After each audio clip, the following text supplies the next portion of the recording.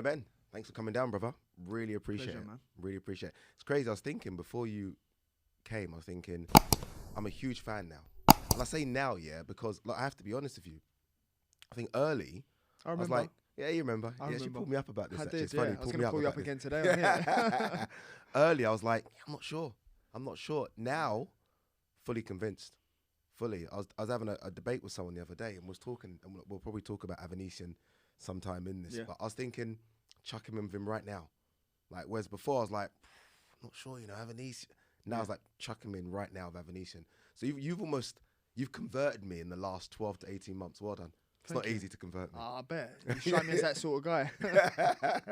You've converted me. Have you noticed with other people though, like that you've seen, have they said kind of what I've just said? Oh, loads. Yeah. But it's to be expected. When someone comes on raw and a novice, it's to be expected that they're a raw and a novice. Yeah, true. It's it's not like we said I'm going to be this and that early on in my career. We didn't claim to be anything apart from a raw novice. Yeah. Allow me to be a raw novice, which I was. Mm. But, you apply yourself and then you just continue to grow and you learn. You go through mistakes, you go through adversity. It's part of the growth process. And, I'd like to, I know I've gone through quite a fair share of things in my career, from injuries to press to pressure to, public demand. And, you just go through it and you keep plodding through and, you look back. What's that saying? You take a step every day forward. And you look back, nothing changes. But when you look back in 6 months, everything's changed. Yeah. So if you take it daily, just keep progressing. Even when you're not seeing no progress. I didn't see progress on my jab for God knows how long. I'm only Really? for ages. I'm only starting to see the progress now. And still not doing half of what I do in the gym. And I know you hear loads of fighters say that, I ain't seen nothing, and what I do in the gym. And Some fighters leave it in the gym though, don't they? That's the problem. Loads. But then you see other people who are terrible in the gym, but then fight unbelievably, perform under the lights. So, yeah, it's to be expected. You learn, you grow, you evolve, and here we are today. Is there a fight in the last 2 years where you was like, okay, yeah, wait, Formella. Formella. Is that the one? Formella for me, and it's funny because I was watched it the other day. I don't really watch my fights back. I've watched Algeria one back numerous times, by the way. Yeah, it was a good one.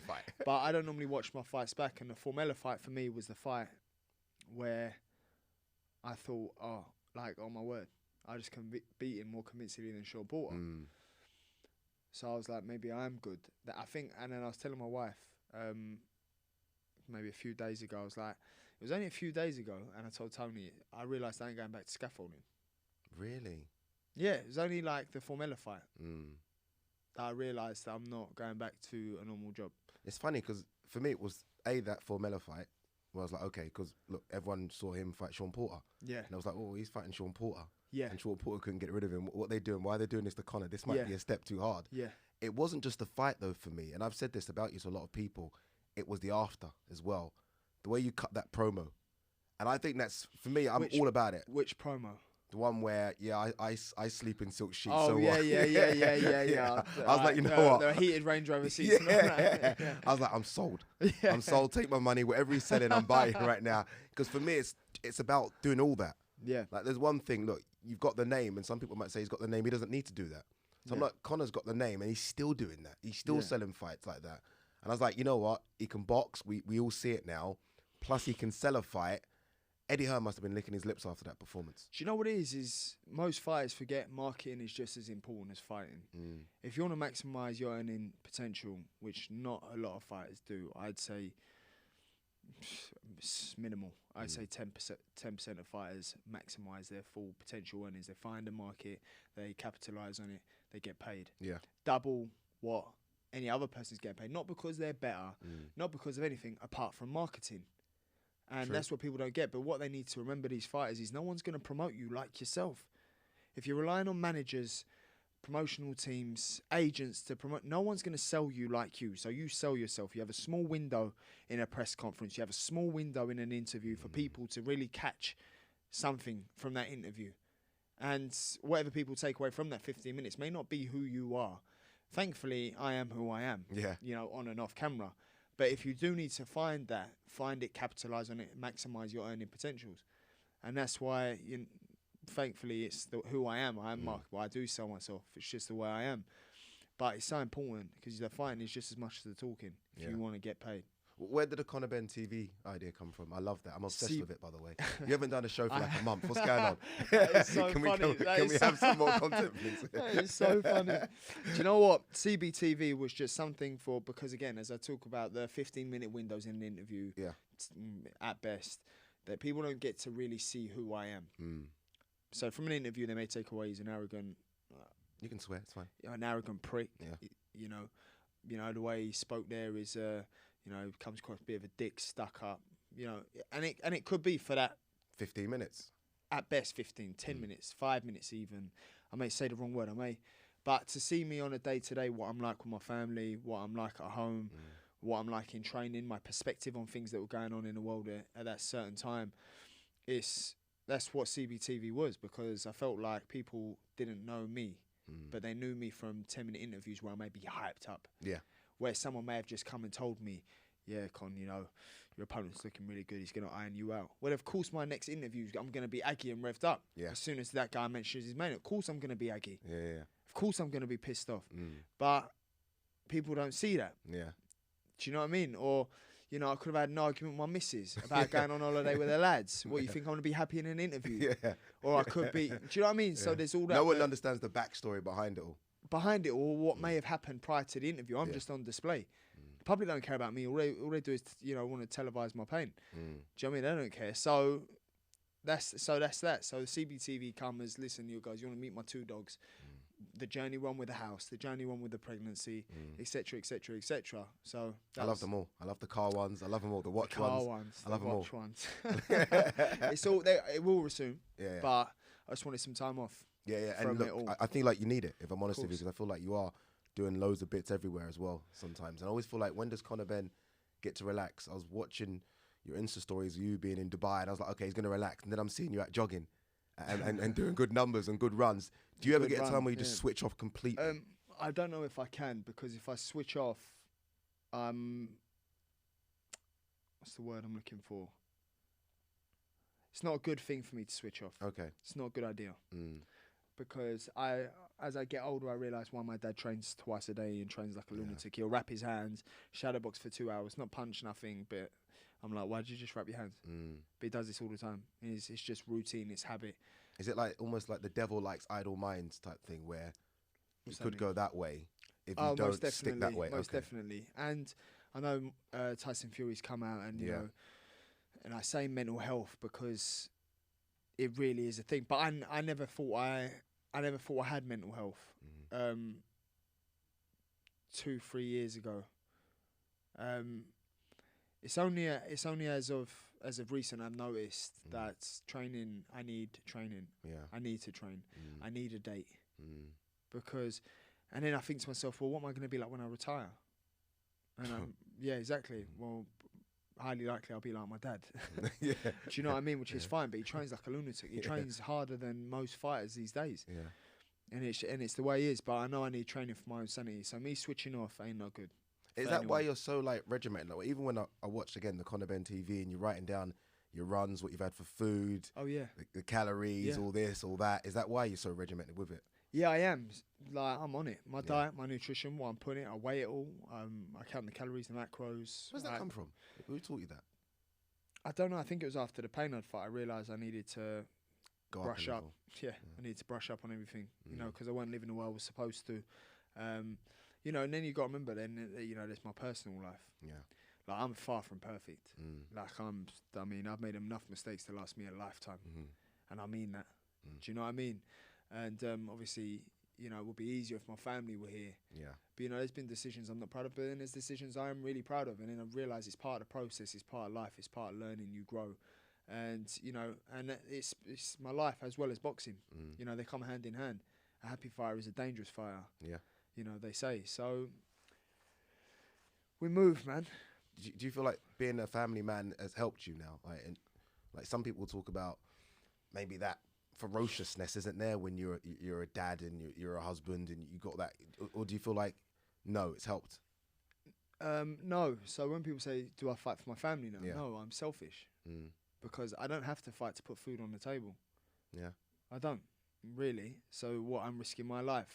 A dad, a husband, a son. For what? Really? Yeah. So it's not like this is my only way of earning money. You know, because I've got safe investments. You know, my house. You know, the watches.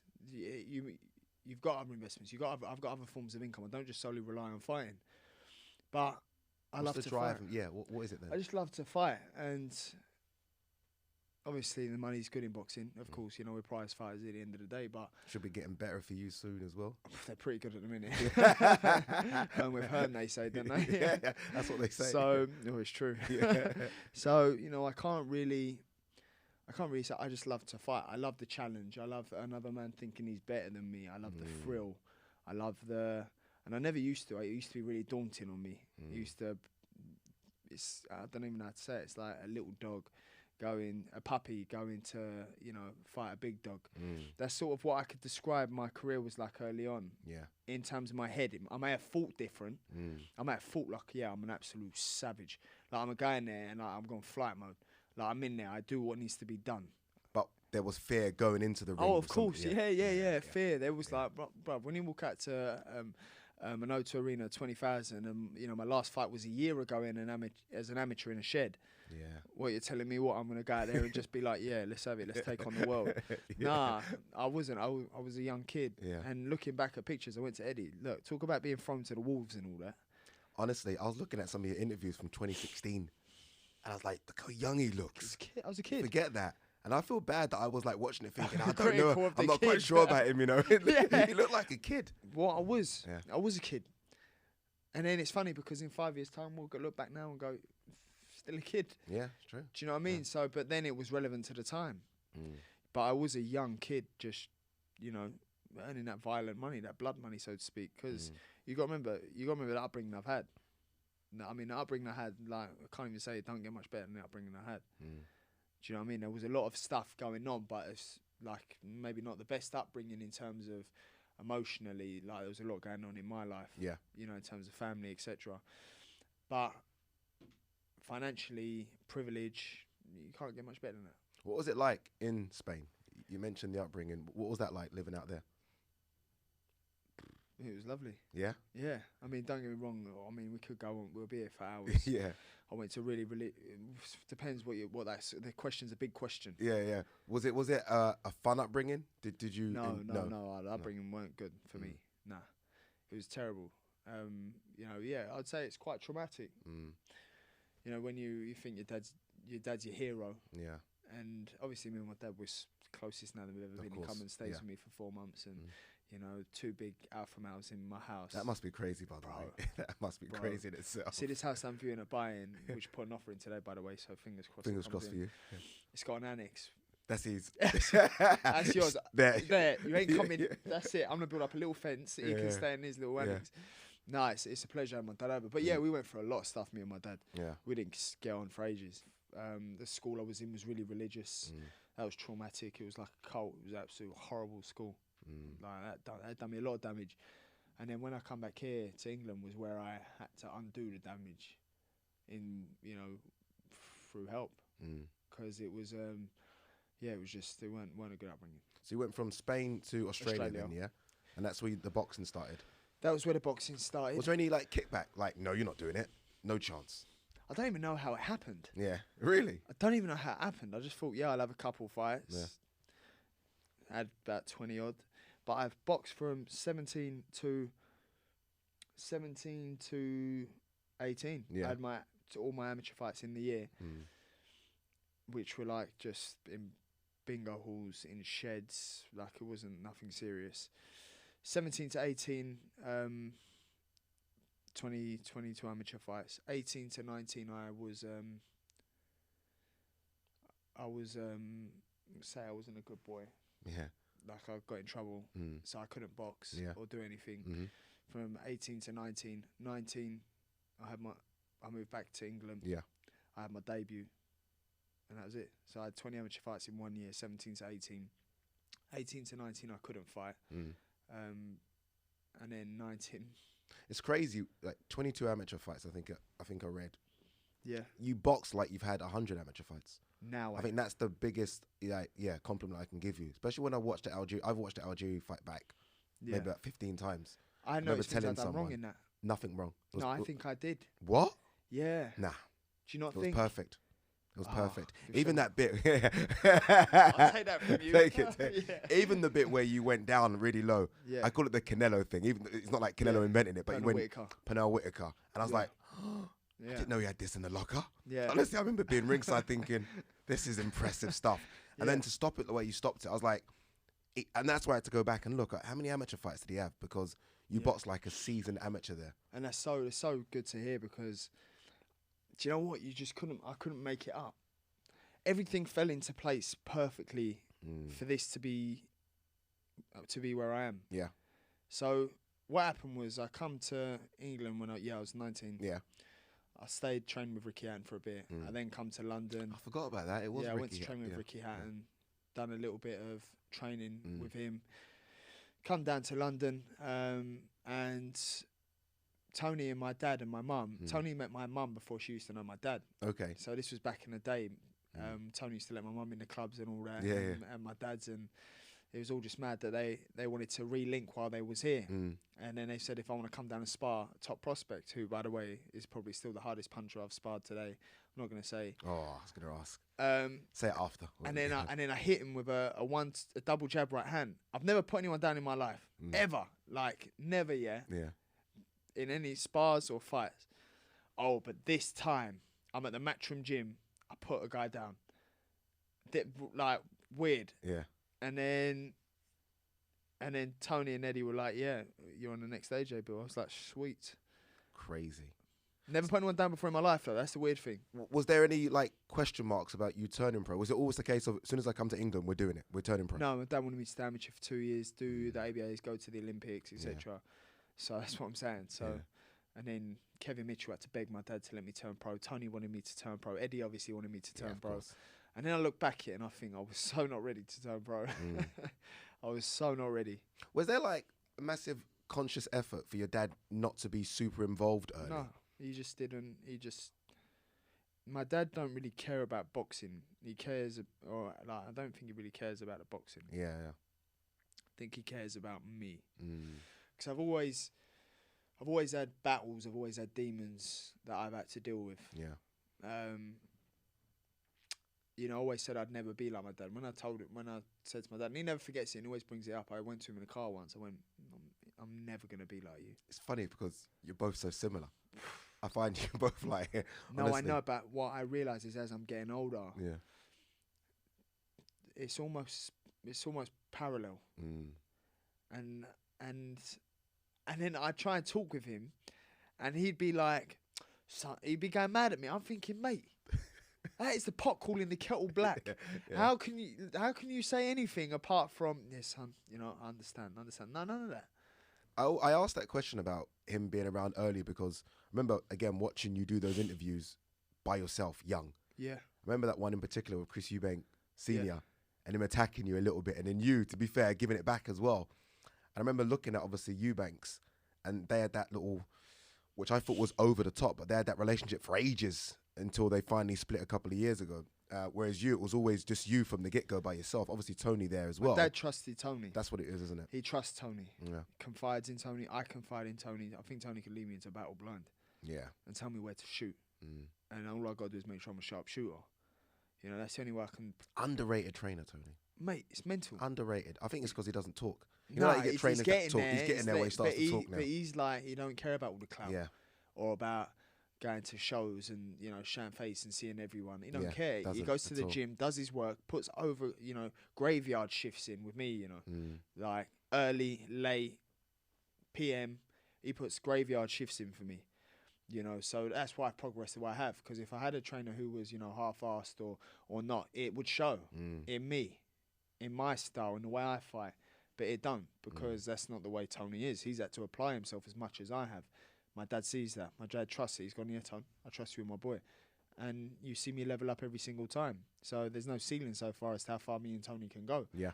But then when we do reach the ceiling, we can't help but go. He can't help but go, yeah, I've done well all right there, yeah. I've done so good. irrespective of world title or not. Obviously, Yeah. the world title's the goal. But say the world title, God forbid, God forbid. Touch wood. it don't happen. You still got to go, yeah, mate. From what it got you for, that raw, like you say, raw, hardly any amateur experience to what you are even now. Yeah. And I no doubt in my mind, if you continue this trajectory, then in 12 months, you're going to be even better. Yeah. Like, I can't wait to see what you look like in 12 months. I'm like fascinated by it. Can I? But I can't tell you what I'm going to be. Yeah. I still can't. I mean, the welterweight division. Sorry, let's go back to, what was it? What was the question? Tony. Yeah. No, before that, you asked the question. Oh, about your dad in terms of him leaving you with Tony. Yeah, so he's let me do what I got to do. So I have to go back to the Eubanks part where the press conference. Yeah. I respect your elders. That's not what I'm saying. Do I have respect for Chris? Yes, I do. At the time, I was a young kid and my dad was under attack. You think I'm going to sit there and my dad not be able to speak for himself and you can just talk to him like that? That was my thought process at the time. Like, I could see it maybe potentially hurting my dad that he couldn't be the dad that but be there for me and him potentially making my dad feel bad that he's not there for me. So I'm like, what? You talk about? No, keep that. Don't talk about my personal life like that. That's a Ben family issue. Yeah. And an issue because my dad's raised me to be the man that I am, to sit here under the mic and then cuss you straight back for cussing my family. That's the sort of son I am. And that's the sort of son my dad raised. So that was my whole thing at the time was, don't think you can put my family under attack and then not defend myself, because I will defend myself and defend my family here in front of everyone if you want to go there. I think that's the first time everyone saw the fire. Yeah. Everyone was like, oh, that's Nigel Benn's son. That's When intentional. Yeah. Everything I do, by the way, it isn't like rehearsed or it isn't practiced. It just came out. It just come out. And then I look it back and it's just funny because I think I was only a little boy. Like, if Eubank walked over and gave me a slap round the face, nothing I could do about it. Do you know what I mean? Yeah.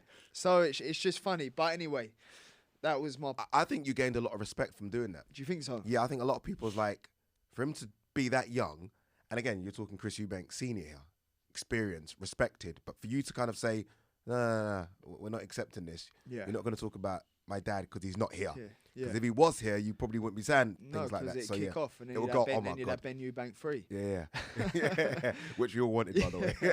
No, that's long gone.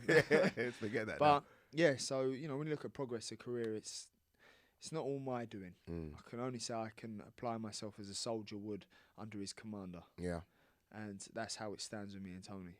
Have you been surprised by how quick you have progressed? No, do you know what's weird is it's sort of like, it's happened really quick. Yeah. I think it did. I'm happy you said that. It's happened like really quick. Yeah.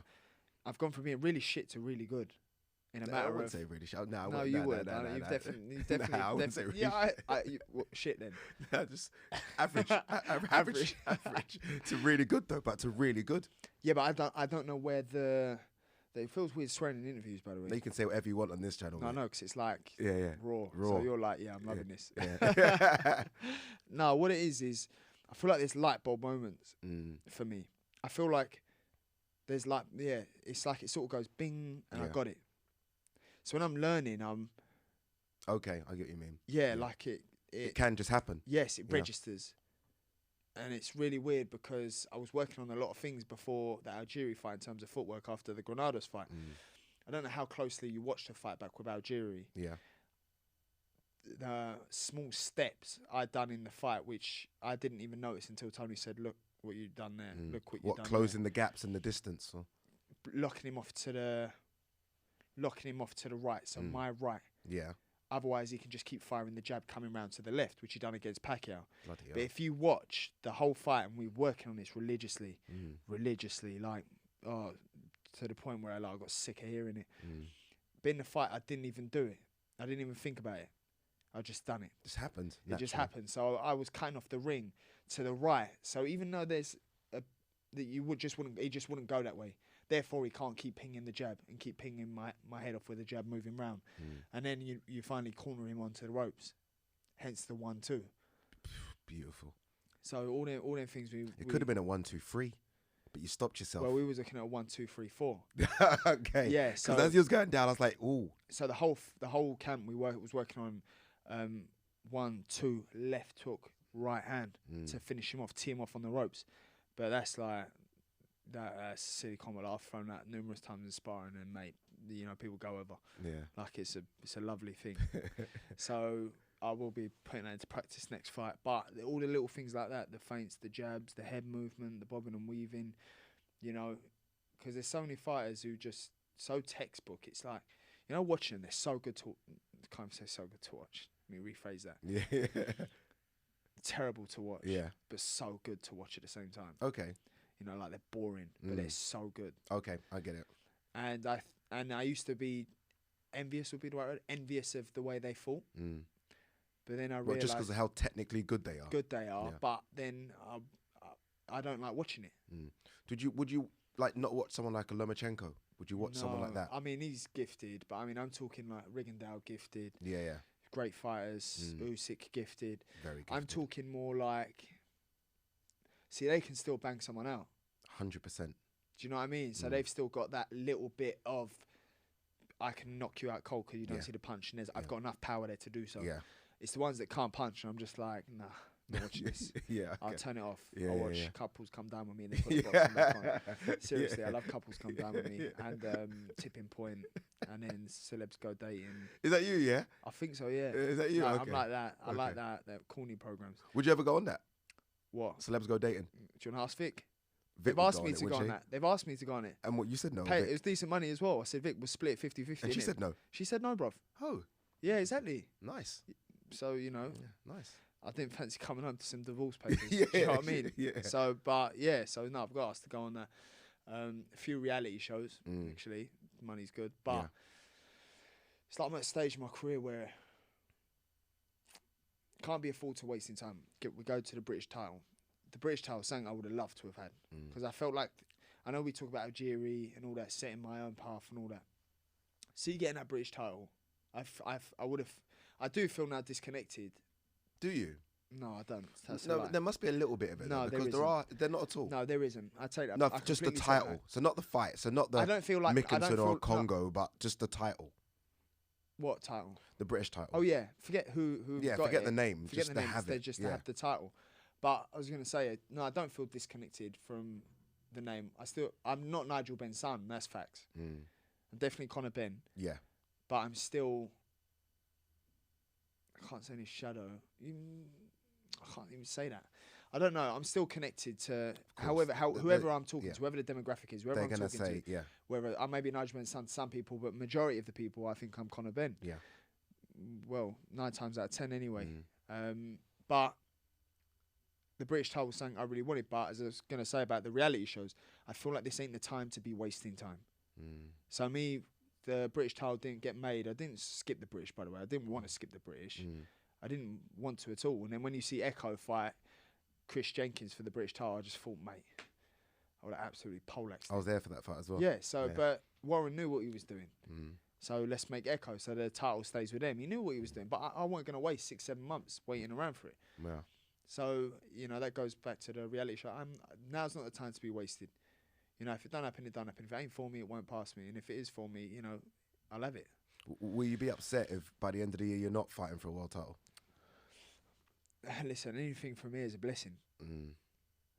And I say that in regards to, like, I mean, did you think I'd be where I am? No, don't give me all that. No, you know what it is. You know what it is. I know you didn't. I thought you would get to where you are, but I didn't think the performances would be that good. I didn't think you'd fight as good as you did against Algeria. And some people might say, yeah, but Algeria was done. I was like, okay, but Conor made him look like he was done. Like, there's one thing a fighter being maybe over the hill. Look, he was. But he lives the life. He 100%. So now lives the life, that's the thing. You see some fighters that when they live the life, they get longevity out of it. 100%. And listen, I don't want to be in that when I'm 37. I want to be done and dusted when I'm 30. He's shaped, by the way, and how big did he Unbelievable, look as well, mate. For a guy that campaigns at 140, he looked massive. Nah, but he ain't no 140. Nah, man. he's not. You see, I see him just before the weigh-in. Yeah, mate. Did you see him just before the weigh-in? I was there. Oh my goodness. I couldn't believe. Yeah, I'm telling you, he knows exactly what to do though. In terms but how of bad did he look? Like he was just before the weigh-in. Looked like a different He was going to give over, didn't he? Yeah, Almost a bit Kid Galahad like it was like he's going to collapse. Like it could have collapsed. Yeah. Like he looked like half the man. And then on fight night. And you're telling me you can get down to 140? You can't. No chance, mate. Yeah. No chance. Like he was. I've never seen a man like it. Tony's gone, that's Algeria. I went, nah, ain't. That's how bad. And then when I see him, I thought, mate, that ain't no good. And you see that knockout, could have been part of the reason. I know he's a nutritionist and all that, but you cannot look like that day before a fight and tell me that, yeah, you're sweet. When it's just not possible. I don't ever do that, and I would never, ever do that. When it comes down to me being in camp, mate, no stone unturned. No. How difficult is it for you to make, though? Well, it's going to be hard for everyone, isn't it? To any person, normal person, sane person, doesn't even make sense. Oh my goodness, doesn't even make sense. Yeah. Like I'm drinking, I'm putting 7-Up Cokes in my mouth, rinsing my mouth out, going just the water at night just to get like, and then I have a little trinkle go down. I'm like, it's nice, like a cup of comfort, you know, before bed and all that. And then you get up in the morning, you're just like, I can't wait to get this wine out of the way. It's all you think about. And then so I do it to that extent, but I don't lose like I'll probably lose around. I could lose around 4 or 5 pound fight week.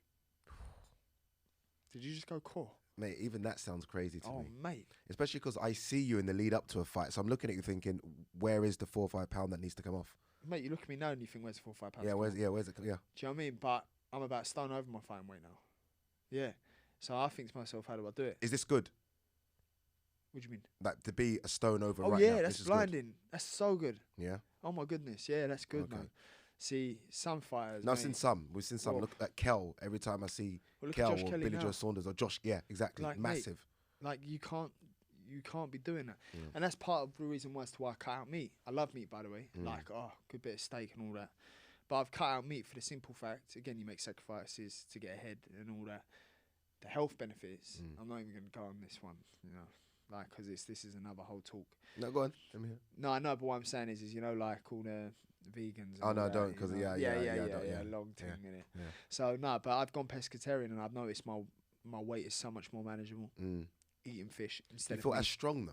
Yeah, more. Ask Algeria. You know, I still feel strong, sharp. Yeah. Less fatigue is a word. Like, I don't need naps during the day. And I put this all down to meat because I used to eat loads of meat. Yeah. I'm able to consume twice the amount of calories while cutting weight. I don't feel bloated. I don't feel fatigued. Well, the muscle mass is clearly, you know, it's still there. I still feel strong. I'm hitting PBs in times. Legs are bigger and thicker. Everything. I'm strong. Yeah. So that's my opinion anyway. Everyone's body's different and everyone's thinking's different. But that's what's really helped me in terms of not blowing up overweight. But you see some fighters losing a stone and 10 pound and all that the day before the weigh-in in baths and no good. It's no good at all. I mentioned Kel there. Obviously, he's got that big fight against Amir Khan coming up. Yep. It's a big one. I'll be there for that. Same here. Yeah, I'm looking forward to it. How do you think it plays out? Can I tell you my first? Go on, you tell me. I was always 100%. For the last 10 years, I said Kel will knock him out. Yes, that's like Kel's going to knock him out. And now, all of a sudden, I'm like, that's you took the words right out of my mouth. Really? Yeah. You literally took the words out of my mouth. But I would say mine's only happened a matter of a week. Really? Yeah, where I think Khan can outwork Brook. That's the only thing I think this way is going. I don't think. Do you know what? I think Kel could get stopped with a body shot. Like that, anything could happen now. Yeah, I know anything because they're.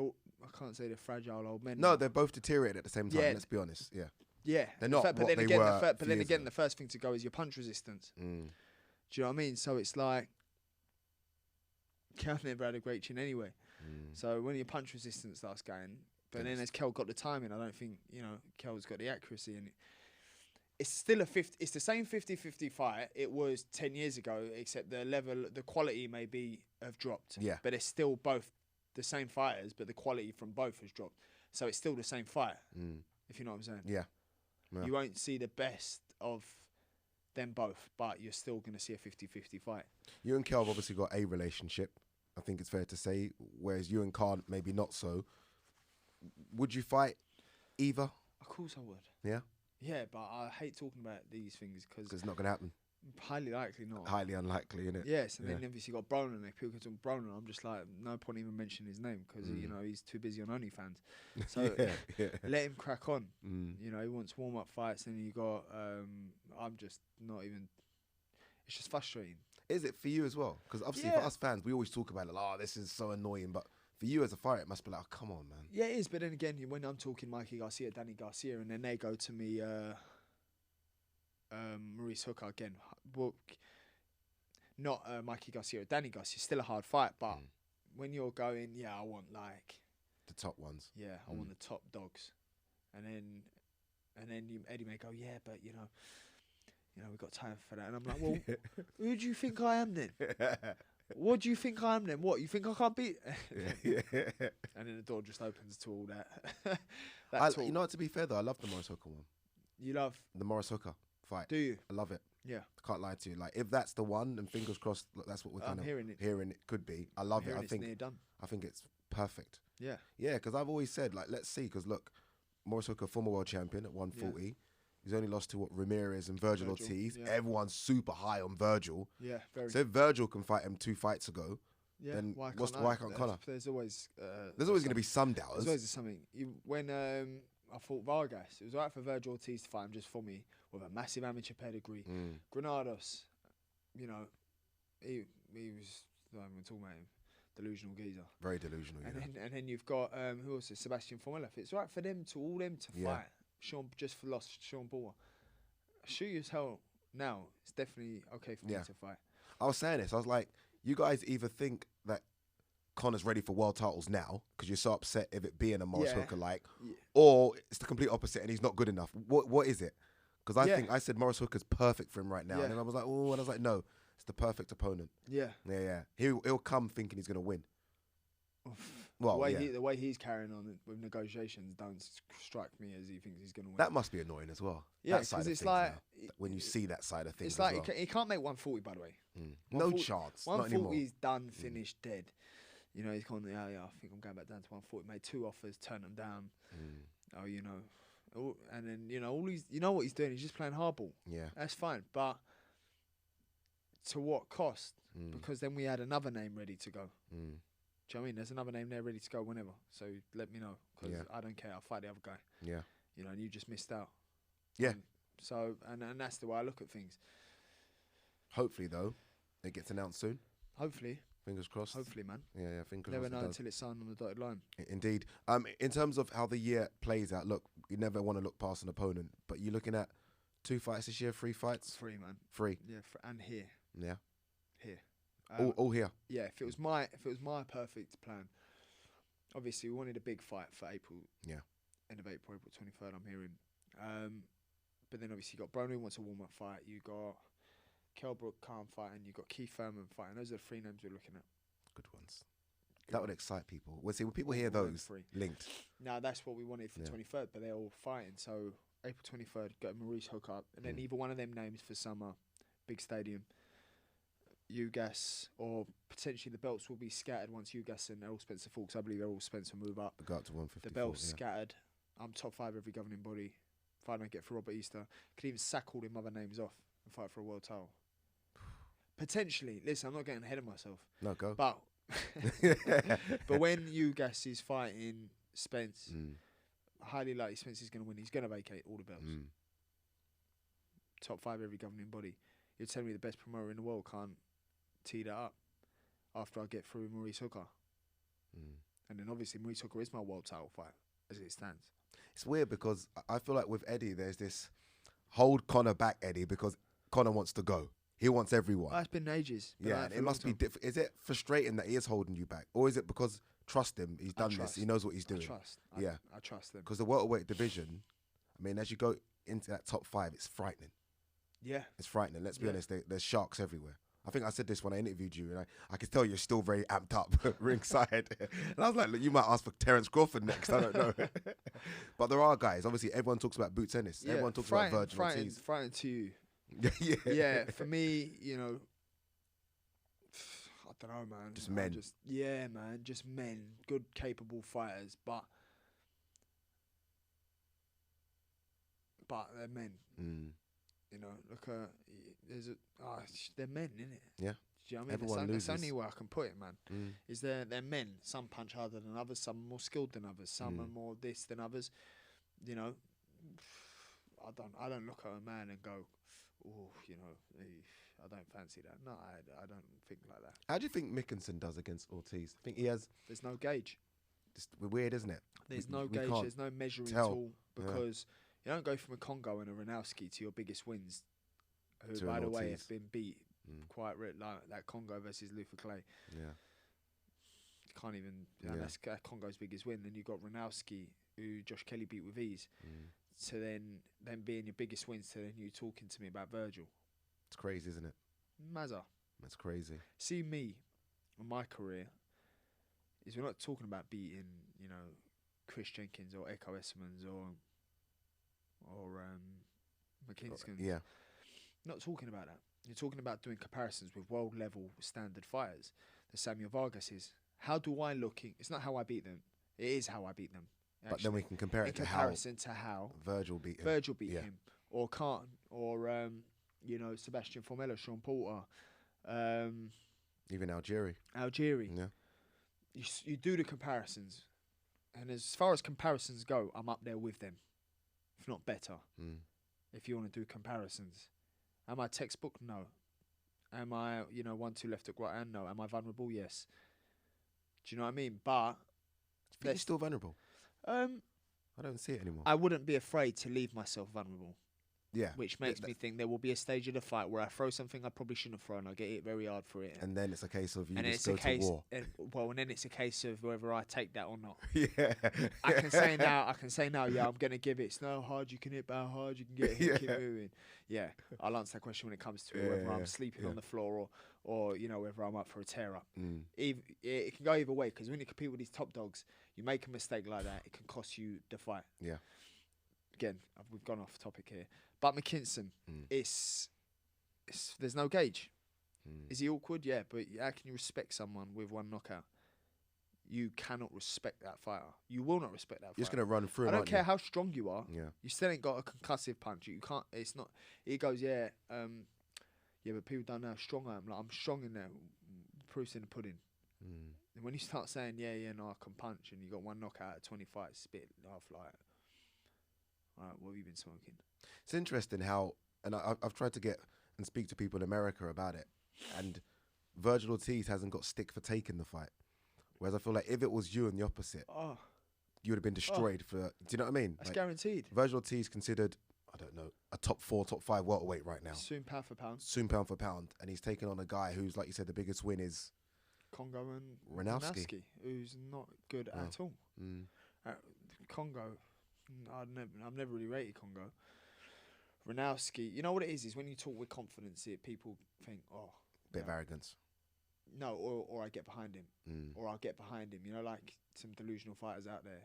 I ain't gonna name them, but they go, you know, this and that, and then you go, and then you're like, oh yeah. So the gullible people go, I'll get behind him. Like, you know, he can definitely beat him. He can definitely beat him, because a man who speaks with confidence gains the confidence of others. Do you know what I mean? And that's what Congo does. And it was just like, mate, like, those who know boxing, I've sparred him. Do you know what I mean? And it's just like, no, mate. Just not having it, not buying it. No? Not buying it. No? We'll see. I think he signed a deal with Boxer, hasn't he? To come back. We haven't seen him since that, I think. Well, they should try and make the Congo... Congo beats Marco, in my opinion. Yeah. McKinson's best of the pile, not good to watch. I think Virgil Ortiz would just come out flying like he always does and just put his hands on him and rough him up, hit him in the shoulders, hit him in the back, hit him around the side of the head, hit everything. And you can't get out of the way of that, can you? No, you can't. Especially young, strong Virgil Ortiz. No. Very strong as well. Was there any talk at all about an Avanesium fight? No. Nothing? Nothing at all. Not even like, no talk. But I don't see why I need that fight. I don't think you need it anymore at all. I just felt like when people asked me 2-3 months ago, I was like, it's a fight that now I'm confident Conor could go in and do the job. Whereas before I was like, doesn't need a European title fight because he's already moving into Top all 5. the governing bodies. Yeah. So whereas now that's a fight I think you can win, which is why I now want it. But I still don't need that fight for what he is. I know people, Warren's going, he's a big name. He ain't a big name. He beat Josh Kelly. That's why he's a big name. He ain't gonna sell out. He didn't sell out nothing fighting Liam Taylor. No, he didn't, did he? No. So why am I gonna do him any if it was again marketing? You know, rather fight someone who, a Maurice Hooker. Yeah. Who's gonna give it back. You know, can build the fight, sell the fight. I ain't gonna. And then again, obviously the Warren situation. I'm still pissed off about him taking away that British title from me. So what you think? You signed this fighter and you think I'm gonna want to fight him? No, mate. Because why aren't you talking no Spencers or Ugases or these guys who you should be talking? Why are you talking me? Why is that the only thing coming out of your mouth? It's interesting. You're right. As a European champion, he really should be talking about the other world. Yeah, the world champions. He's at what stage of his career? Was he 34? Yeah. So what would you say? The tail end? Yeah, 100%. 100%. So I've got plenty of paydays ahead of me. Yeah. I ain't falling into your trap of you calling me a pussy, scared, afraid, fearful. My ego ain't that big. My ego is not that big, and I ain't falling into nothing and being gullible because you lot say I'm XYZ. I know what I am, and I know I've got a million paydays left ahead of me. But when I wanted that British title, who was holding that? Who was wasting my time? So, no, you do it. You sign a fighter, now you deliver him a big fight, which you probably won't. Was you upset the Josh Kelly fight didn't materialise because of Evanesian? It is what it is, isn't it? It's nothing I could do about it. It's just one of them things. It was just like, what idiot said you should take that fight?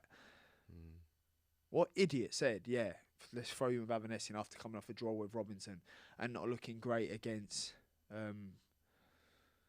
That was that Robinson where he didn't look good, didn't he? No, he didn't look good, but he didn't look good in one other one. I was just like, what idiot said fight him? Now, that is managed incorrectly. Whoever his manager was, that is not how you manage a fighter. Well, you have to only look at Josh now. And it's just, but what's he I don't know doing? what's going on? Mental. But if it is a mental health issue, I get it. Because there's been times where I think, you know, I'm just going to sack this boxing off. I'd be happier without boxing in my life. You really thought that? Oh, 1,000,000%, bruv. Really? 1,000,000%. I hate being Conor Benn sometimes. Because at the end of the day, as I said earlier, all they want to do is televise your pain. They don't give a shit about you. It's it's for someone else's entertainment. So, you know, he probably got his ass handed to him on TV. Everyone's now going, well, wherever they're going. Do you know what I mean? So that has effects. Especially if you're going through stuff.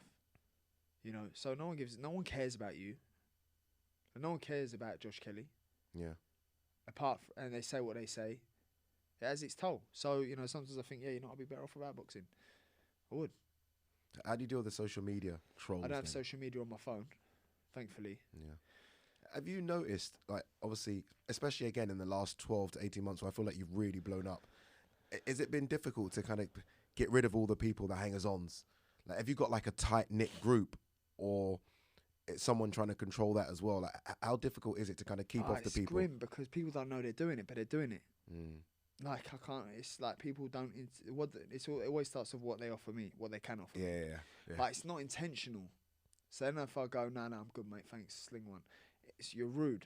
Yeah. Do you know what I mean? But you see it, and it's just not nice. The whole thing's not nice. Like it's just not. It's not real. Nothing's real. It's all fake. And I don't know how to put that to you. And then I think to myself, surely it can't get worse than this. Surely it can't. But it will, as big as you get. But it will, and then I think to myself, do I even want that? And then you've got to weigh up, because remember, the higher the monkey climb, the more he shows batty. You know, true, huh? You know, and I've made loads of mistakes to last me a lifetime. So, and it's just like, allow me to learn, allow me to grow. And I'm not just talking in boxing. I may come out with something wrong in the interview. I may say something wrong. I may say something offensive. I may say something wrong. I may do something wrong. Allow me to grow. Allow me to be human. Allow me to learn. But people don't allow you that privilege. I'm supposed to be perfect. I'm supposed to be a role model. I'm supposed to not say the wrong thing. I'm supposed to not swear. So then what? You want me to be fake? Do you then see someone like AJ and then just almost feel sorry for him, knowing what you've gone through, and him almost, again, trying to be that role model, trying to be perfect? I can only imagine what it's like for him. Yeah. Or maybe he's that way. But for me, it's like, you can't win.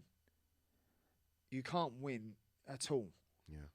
You know, and I never used to be like this. I always used to be like, after an interview, I'd be like, just like an excited puppy. And then you see me switch throughout my career to becoming like stone cold, so to speak. Yeah.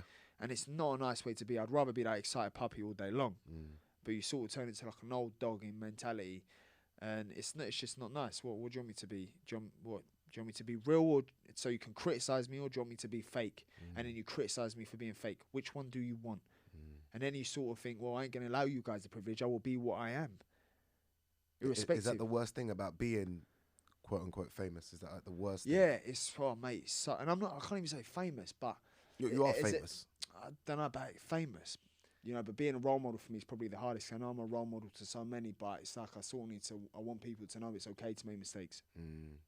It's okay. It's part of learning. It's part of growing. It's part of evolving.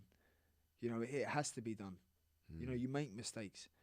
You know, I make mistake by getting caught with so many right hands in a fight. And you know what? I went out, worked on it. I got back. So I still got my own personal life that I need to work on. I ain't perfect. I ain't the guy you just see on TV who don't battle demons. I ain't the guy you see on TV that don't have, you know, the same issues everyone else deals with, whether it's, you know, depression, anxiety, fear. Everyone deals with something and everyone goes through something.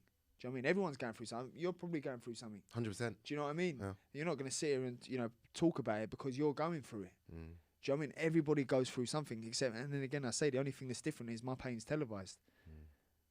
You know, and so you ask me whether it's nice or not. It's not really, because then you sometimes feel trapped. It's mad. I can just go. No. Honestly, it's good to see this side, because I feel like people don't see it. I think people obviously, like you said, they see the little 5-minute interviews or the 10-minute interviews of IFL TV and the stuff he put on Conor Benn TV. I don't think people see this side, and I think a lot of people are afraid to bring out and show this side, because we look at them like, oh, these are tough boxers, and you know they can handle anything, and this is easy work for them. No, I do struggle sometimes. I do. Yeah. And you know, has the career I chosen brought it on? Has the life I've chosen brought it on? I can't say, but I was never, not always like this. And I guess, I don't know, 10 years ago, you didn't even think this would be your career. I wouldn't. How mad is that? You weren't even thinking about, I'm going to be a professional 10 boxer. 10 years ago, I was painting and decorating, mate. What are you talking There about? you go. ordering Pizza Hut for food because I didn't have much money. That's Yamming crazy. a whole large. And now look. Yeah, so then I looked to myself, would I... You're not proud? Am I proud? I'm proud of the... Yeah, I'd say I'm proud of applying myself to the sport. I'm proud of my boxing. I'm proud of my career. I'm proud of the family I have. Yeah. Proud of your own achievements, though, Conor? No, because I made a lot of bad decisions along the way. But you've still got to where you've got to. Still got to where I got to. If you're talking in terms of career, I'm proud of my career. Takes one punch. I'm proud of my career, yeah. But then sometimes you think, if I stop boxing, would I be a happier person? Do you know where I'm coming from? I do, because even like for me, it's a bit random, but even for me on the TV stuff, sometimes I'm like, I'd rather not. Yeah. I'd rather just do this. I don't need the stress of it all. Yeah. I don't need any of that pressure. Yeah, so... I'd rather... And everyone's like, oh, but I see you on TV. I'm like, yeah, I'd rather just get to my green chair, though. Yeah. I don't need any of this. It's all right. That's what I'm saying. So that's what I'm saying. And then you meet people along the way in your career as well who make you think there's no hope for humanity. There is no hope for humanity. The world's just gone. And is this what it's like up the top then? Is this what it's like when you're up here? Yeah. Are these what the people like when you're up here? What's the worst thing that maybe as a fan we wouldn't know about the sport of boxing that you really despise? Is it the negotiations and the money side of it? I don't get involved. Doesn't get involved at all? I don't get involved. Loads of other fighters would. I don't get involved. Yeah. I trust my team. My team have got me to where I've got to. Good lawyer. Good. Important. Great lawyer. Important. But AJ said the same thing when I interviewed AJ. I was like, "What's the most important thing?" Lawyer. Yeah. He's a lawyer and accountant. Got accountant. Those, I've got the two. I've got the Yeah. two best. I was on the phone. I'm out with my lawyer. He's my pal. Yeah. And then my accountant, I was on the phone to him today. Yeah. So yeah. But it's like, you know, when as Biggie says, more money, more problems. Really. Yeah. It is, I find, anyway. But then again, that could be because I feel like I've got the weight of the world. I've got family I look after, and my family, as in my mum and dad, my brothers, they're not here. Do you know what I mean? And they're so reliant on me. My family are so reliant on me to be the man that I am. And having a son now makes me even more not proud of decisions I have made in the past. Do you know what I mean? But then again, I would tell myself we're all human, like my dad told me. You know, and I'm just talking, you know, daily decisions. that who I am as a person. Yeah. You know, whether I'm effing and blinding at road signs or, you know, someone giving me the finger and I'm telling him to get out of his car. Which hasn't been of recent, by the way. This was when I first started out, you know, as a kid. But all them things, road rage or who am I? What sort of person am I? And I used to think I wanted to be this and be the baddest, but there's always someone badder. I always used to think, I want to be like, you know, I want to be that guy.